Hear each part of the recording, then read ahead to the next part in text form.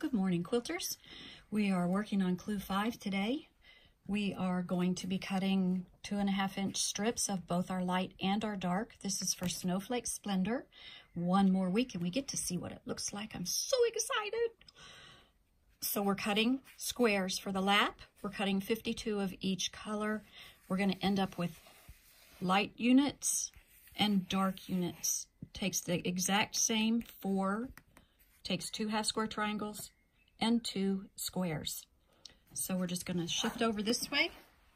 I've got my 4 half square triangles over here and my 4 squares here. I'm going to lay these out the exact same way and I'm going to show you the magic. All right, so here's one set, here's another set. This one's going to be dark, and it's going to be dark because I'm setting my dark triangles toward the center. Okay, so there's our dark one. This one I'm going to set the light triangles toward the center.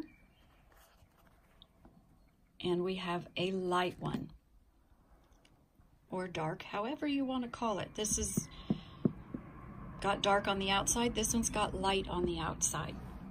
So when we sew these together, you really need to watch your placement, and please learn from me. I've made the mistake several times. I'm going to lay these together, and I'm going to hold the side that I want to sew.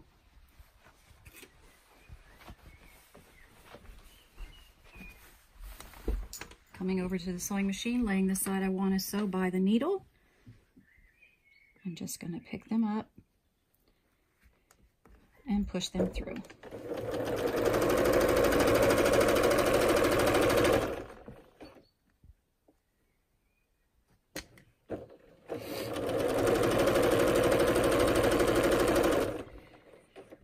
That's the first block. Here goes the second block.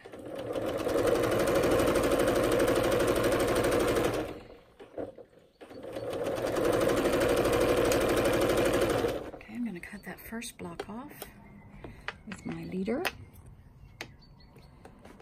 and I should just be able to open this, and it's laying perfectly.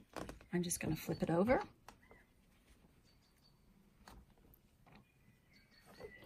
and whiz it right back through. Nesting my seams. Nesting is one seam up, one seam down. You have a much flatter seam that way, and then I'm going to show you how to pinwheel it. We'll pinwheel these at the sewing machine. Open the second one, and you can see that it is correct as well.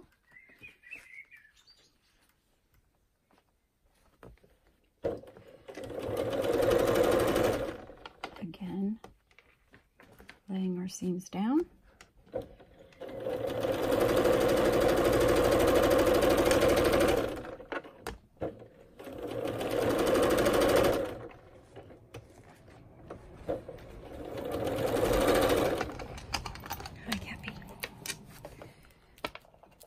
All right, let's go to the ironing board. I'm just going to press that first seam that I just did to make it just a little easier. And you can see now we have this is going up and this one's going down. In order to pinwheel, I want to follow that all the way around. So I'm going to pull that seam back up.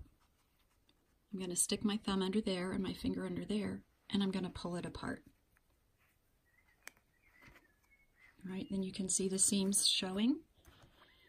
So I'm just going to snip those seams. And when we pinwheel, we are actually going to see almost the same pattern on the back that we see on the front. We see 3 darks and a light. All right, I'm going to do it again with the other one so you can see it in the reverse. And I just go around, iron it, and then I push down with my finger, iron that spot, and that makes us have a lovely center there in the middle. All right, doing that again. There's our light version. Doing this again. We're we're going to stick our thumb under and our finger under, and we're going to pull it apart. Actually, I like to do it with my thumbs. All right, until I can see those seams. I'm sorry. I'm going to snip those seams. Make it a little easier to pull apart.